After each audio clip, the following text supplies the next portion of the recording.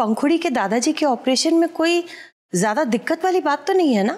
Knee replacement तो आजकल आम बात हो गई, और जो नामचीन सर्जन ऑपरेट कर रहा है वो मेरा खास दोस्त है। कोई अड़चन नहीं आएगी, मैंने सारे इंतजाम कर दिए हैं। चलो अच्छा है, इस बहाने पंखुड़ी अपने दादाजी के साथ कुछ वक्त बिता लेगी। बेचारी जब से शादी करके आई है अपने मैके वालों से मिल ही नहीं पा रही। तो चलो इस बहाने इस दिवाली में वो अपने दादाजी और चाचा चाची के साथ होगी। बहुत सही कहा तुम। आप यहाँ कैसे? आओ बरखुरदार आओ। दादाजी। अरे जीती रहो, सदा सुहागन रहो। क्यों बरखुरदार, हम तुम पर नजर नहीं रख सकते? मुझ पे नजर? उसकी क्या जरूरत है? तुझे तो इस वक्त ऑफिस में होना चाहिए ना, यहाँ क्या कर रहे हो? बीवी के आते ही सब कुछ भूल गए। नानू, आप भी मजाक उड़ा रहे हैं मेरे? हाँ, कल ना मैंने पूरे दिन बैक टू बैक मीटिंग्स की थी ऑफिस में, तो आज हाफ डे ऑफ तो ले सकता हूँ ना? 100% बनता है बरखुरदार, तुम जितनी चाहे उतनी छुट्टियां ले सकते हो। मैं जानता हूं कि तुम अपने ऑफिस के प्रति कितने सीरियस हो, और साथ ही मुझे इस बात की भी खुशी है कि तुम अपनी वाइफ को भी समय दे रहे हो और शादी को भी सिंसियरली दे रहे हो। यू नो बरखुरदार, दुनिया में काम और रिश्तों को सही मायने में बैलेंस करके चलना ही इंसान को सही कामयाबियां देता है। दुनियावी खुशियां तो और तरक्कियां तो कई मिल जाती हैं इंसान को, लेकिन सच्ची खुशियां मुट्ठी से रेत की तरह कब निकल जाती है पता ही नहीं चलता, और फिर तुम जिंदगी भर अफसोस ही करते रहते हो।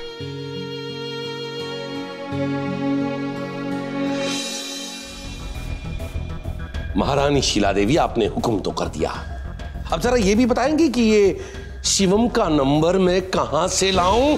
अगर मुझे पता होता तो क्या मैं तुमसे कहती?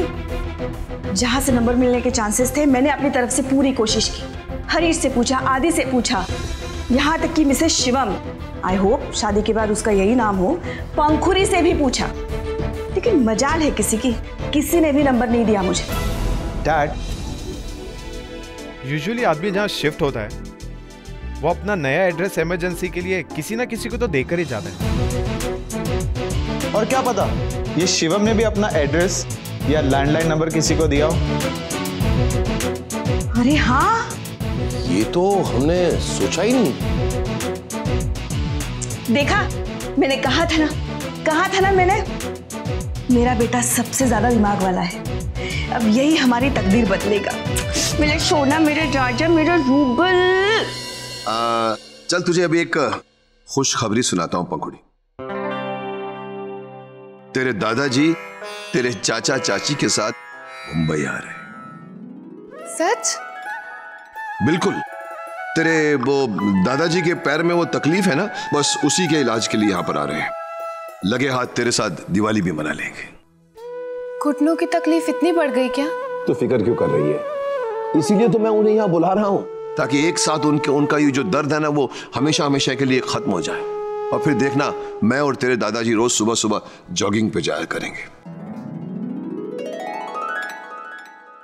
वैसे तुम लोग अभी शीला के बारे में क्या बात कर रहे थे?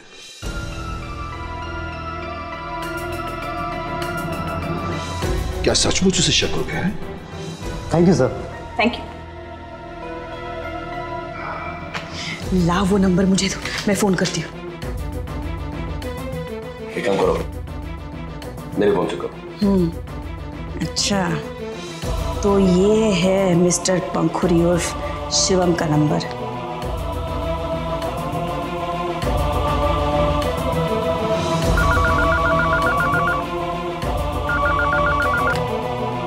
हेलो। हेलो, हाँ नमस्ते जी। क्या ये शिवम जी के घर का नंबर है? हाँ। जरा पंखुड़ी से बात कराएंगी मेरी? किससे? पंखुड़ी से। पंखुड़ी से? लेकिन उसके लिए आप यहाँ क्यों फोन कर रही हैं? हाँ, तो अब पंखुड़ी की शादी शिवम जी से हुई है तो उससे बात करने के लिए यहाँ नहीं तो और कहाँ फोन करेंगे हम? आप भी। हमें क्या पता? और आप है कौन जिसे ये भी नहीं पता कि शिवम और पंखुड़ी की शादी हुई ही नहीं?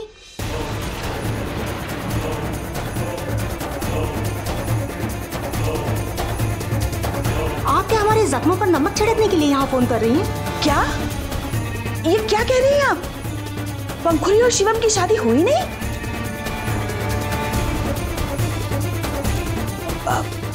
आप कौन बोल रही हैं? मैं शिवम की माँ बोल रही हूँ। लेकिन आप हैं कौन? और शिवम की शादी हुई कि नहीं, इससे आपको क्या मतलब? नहीं नहीं, मुझे उससे कोई मतलब नहीं है, लेकिन आपके कहने का मतलब ये है कि पंखुड़ी और शिवम की शादी हुई ही नहीं उस दिन।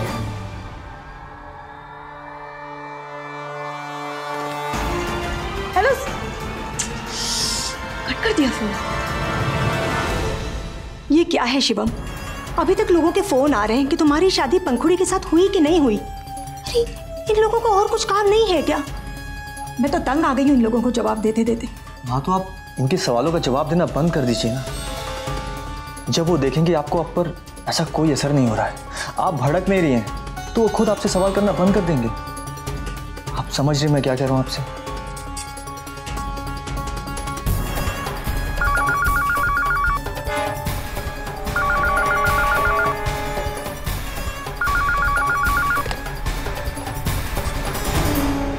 फोन ही नहीं लग रहा है। अच्छा खासा सब कुछ पता चल जाता, लेकिन अब शिवम के फोन ने काम करना ही बंद कर दिया। क्या वाकई कहीं ऐसा तो नहीं कि शिवम की माँ ने जानबूझकर फोन काट दिया हो? जो भी हो, पता तो मैं लगा ही लूंगी। वो क्या है ना, अधूरी कहानी में ना बहुत टेंशन होती है, इसीलिए सारे कष्ट उठा लो लेकिन पूरी कहानी सुनो। और तब तक चैन की नींद भी नहीं आएगी मुझे जब तक पता नहीं चल जाता कि पंखुड़ी और शिवम की शादी नहीं हुई तो उस रोज कुल्लू में हुआ क्या था। हाँ लेकिन शीला, तुम एक बहुत ही बड़ा सवाल भूल रही हो। क्या? यही कि ये पंखुड़ी आखिर मुंबई में कर क्या रही है। और शीला, तुमने जब कुल्लू फोन किया था तो उसकी माँ ने तुमसे कैसे बात की थी? ऐसे जैसे वो कुल्लू में है ही नहीं। और ये पंखुड़ी मुंबई में नजर आ रही है, आखिर इसका मतलब क्या? कहीं ऐसा तो नहीं कि वो आदि के साथ यहाँ आई है? आई मीन, आदि उसे लेकर यहाँ आया हो? सुनो, मैं कुल्लू जा रही हूँ। अभी तुम्हारे एजेंट को फोन लगाकर मेरे लिए कुल्लू की कल की टिकट बुक कराओ। मेरे मन की आवाज कह रही है कि अगर हमें सच जानना है तो वही जाना पड़ेगा, कुल्लू। ये वाली साड़ी देखिए बहन जी, ये आपका पसंदीदा रंग है। नहीं भाई साहब, नहीं चाहिए, धन्यवाद। पिछली बारी आपसे जो साड़ियाँ खरीदी वो ऐसी ही पड़ी हुई है, इस बार कोई नई साड़ी नहीं चाहिए। कोई बात नहीं, मैं चलता हूँ। नमस्ते। नमस्ते। उसको बोल दिया तो मैंने अपने टेंशन। अरे मुकेश बाबू, क्या हाल है? बस सब आशीर्वाद है आपका। अच्छा, साड़ी ली? क्या बात है, इस बार तूने साड़ी वाड़ी नहीं ली? भैया मेरा मन ही नहीं कर रहा है। हर साल पंखुड़ी मेरे लिए साड़ी पसंद करती थी। ये मेरी बच्ची की शादी के बाद पहली दिवाली है, उसकी पहली दिवाली पे कोई रस्म ना होगी, ये सोचकर मेरा मन दुखी हो जाता है।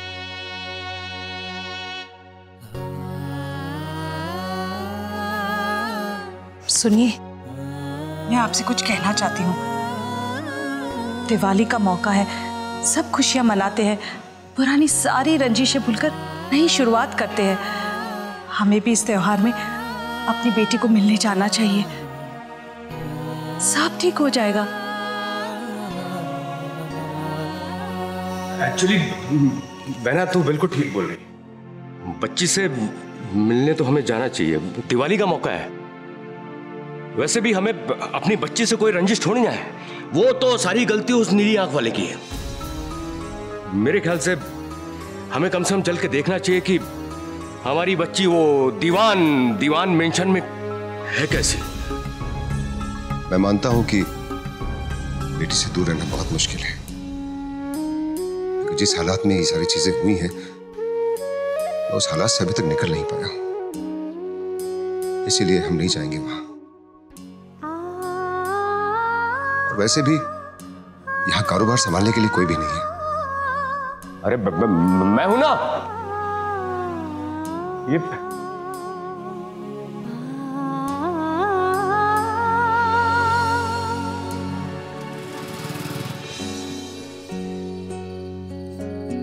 आदि,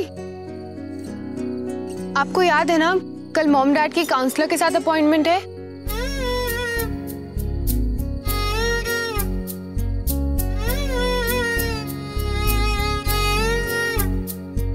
तुझे पता है ना, बहुत स्पेशल है।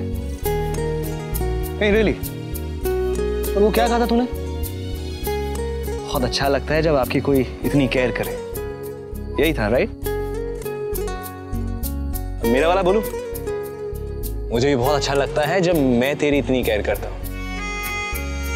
I mean, ऐसा नहीं है कि मैं अपनी दोस्तों की केयर नहीं करता, लेकिन तेरी बात अलग है यार, सबसे अलग है। पता है जब मैं तेरी इतनी भी केयर करता हूं ना, मुझे इतनी सारी खुशी होती है, क्योंकि तू जो है ना सबकी दिल से केयर करती है, स्पेशली मेरी। ये क्या हुआ, ये क्या किया, सारा जहां थम गया, बिन सोचे बिन पूछे कोई मेरा बन गया। सच है या सपना सारा, प्यार का दर्द है मीठा मीठा प्यारा प्यारा। फिक्र मत कीजिए, मैंने सारे इंतजामात करा दिए हैं, आपको कोई तकलीफ नहीं होगी। और वैसे कभी कोई और जरूरत पड़े तो आपके पास मेरा नंबर तो है ही जी। और वैसे भी पुष्कर और सुषमा तो डॉक्टर से बात करने के लिए पहुंच ही गए हैं जी। बस मैं तो यही कहना चाहूंगा, लेकिन सबसे पहले इस बात को लेकर ऑकवर्ड फील करना बंद कर दीजिए। अरे भाई, ये जो कुछ मैं कर रहा हूं वो तो कोई भी किसी के लिए करता है, और फिर अब तो हम समधी बन गए। दीवान साहब, पंखुड़ी से फोन पर बात हुई थी, उसकी तो आवाज में इतनी खुशी झलक रही थी। अरे गुप्ता जी, खुशी तो उससे ज्यादा हमें हो रही है। वैसे पुष्कर और सुषमा को ये पता है ना कि पंखुड़ी दीवान मेंशन में नहीं रह रही? नहीं, अभी तक तो नहीं पता, लेकिन जब पंखुड़ी मिलेगी तो मैं बता दूंगा। वैसे मेरी बेटी और दामाद एक बहुत अच्छे कार्य के लिए ये सब कुछ कर रहे हैं, तो मुझे पूरा विश्वास है कि जब पुष्कर को भी पता लगेगा, वो और उसकी बीवी बहुत खुश होंगे। दीवान साहब, मुझे राम जी पर पूरा भरोसा है, और मैं जानता हूं कि वो जो कुछ भी करेंगे अच्छा ही करेंगे।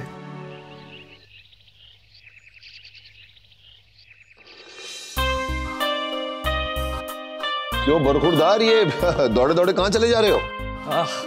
वो काउंसलर के पास मॉम के साथ। क्यों? मॉम चाहती है कि मैं भी इस काउंसलिंग सेशन को देख लूं, और उनके अनुसार उनको लगता है कि अगर मैं भी जाऊंगा तो समझ जाऊंगा कि मॉम और डैड ना एक नहीं हो सकते। वैसे तुम्हारे मॉम डैड दोनों किसी से कम नहीं है। वैसे फिर भी तुम अपनी कोशिश को कंटिन्यू रखना, बंद मत करना उसे, ओके? डैडी जी, मुझे धौलपुर जाना था, मैं जाऊं? क्या हुआ मामी? पता नहीं, बस मेरे भैया का फोन आया, तुम जल्दी से यहाँ आ जाओ, यहाँ बहुत बड़ी प्रॉब्लम हो गई है। तो मैं जाऊं डैडी जी? हाँ भाई, जरूर जाओ। और भाई, मायके जाने के लिए, वैसे कहीं भी जाने के लिए तुम्हें मेरी इजाजत की जरूरत नहीं है भाई। मामी, मैं एक काम करता हूँ, मैं अपने ट्रैवल एजेंट से बात करके ना आपकी ग्वालियर तक एयर टिकट, उसके आगे ट्रेन की टिकट अरेंज करवाता हूँ। नहीं, ऑलरेडी तुम्हारे मामा ने मेरे लिए टिकट्स अरेंज कर दी है। Are you sure? हाँ श्योर। तो ठीक है ना, जाके बैग पैक करो भाई। जी डैडी जी। और हाँ, धौलपुर पहुंचकर वहां की खैरियत फौरन देना मुझे। हाँ जी डैडी जी। तो मैं चलूं? हाँ, जाओ।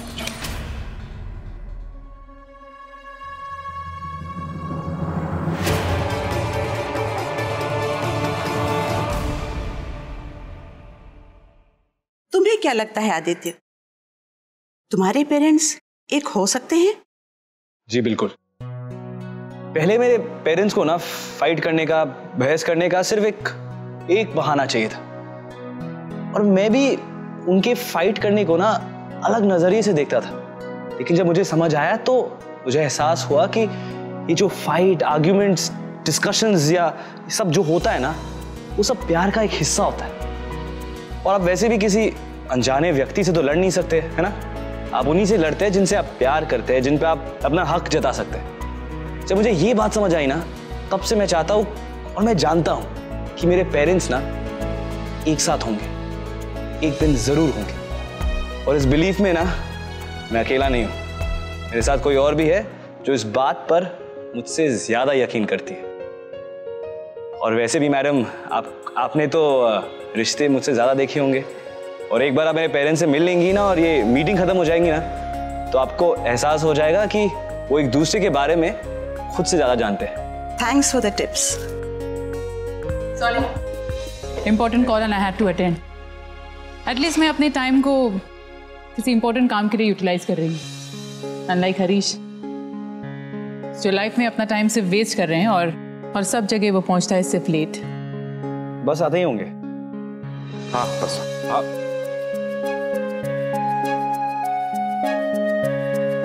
अरे रोमियो, तुम यहाँ? मैंने कहा इसे अपने साथ चलने के लिए। Any problem?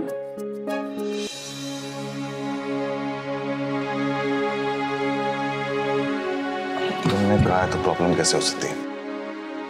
Hello counsellor.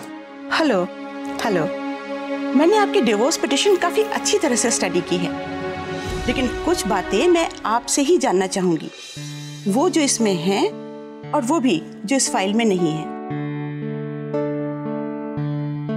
आप बताइए, आपकी शादी अरेंज मैरिज थी या love marriage? Love marriage of course, right?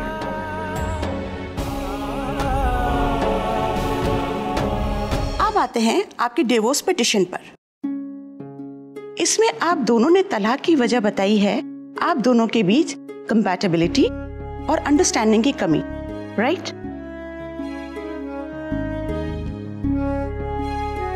ये किस हद तक सही है, इसे जानने के लिए मैं कुछ इश्यूज पर आपसे सवाल करूंगी। तो सबसे पहले ये बताइए, आप दोनों के लिए शादीशुदा लाइफ में आपसी भरोसा, सच्चाई और वफादारी की कितनी अहमियत है?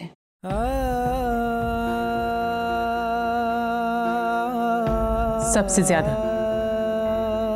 Of course. और आपसी प्यार?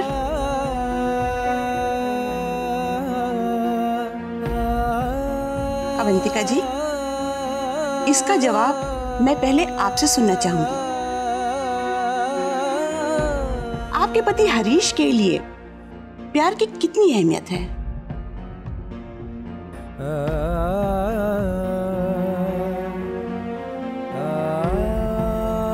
अवंतिका जी, हम सब इंतजार कर रहे हैं आपके जवाब का।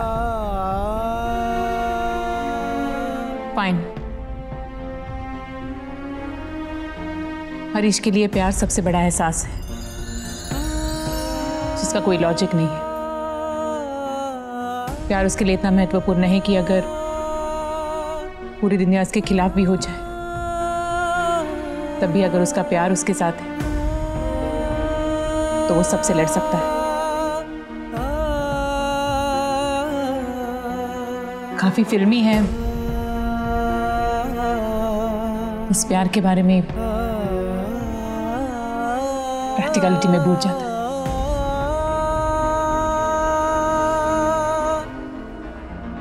और इनकी नजर में प्यार की क्या अहमियत है? जी है।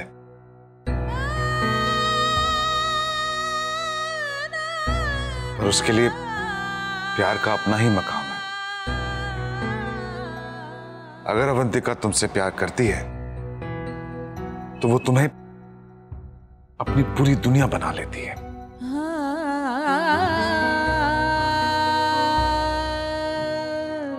तुम्हारे अलावा उसके लिए और कोई नहीं एग्जिस्ट करता प्यार में।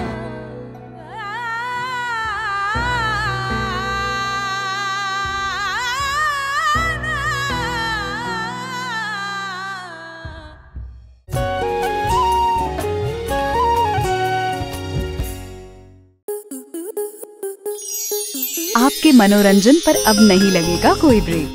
स्टार प्लस के बेहतरीन शोज देखने के लिए लाइक, शेयर और सब्सक्राइब करें स्टार प्लस यूट्यूब पेज को।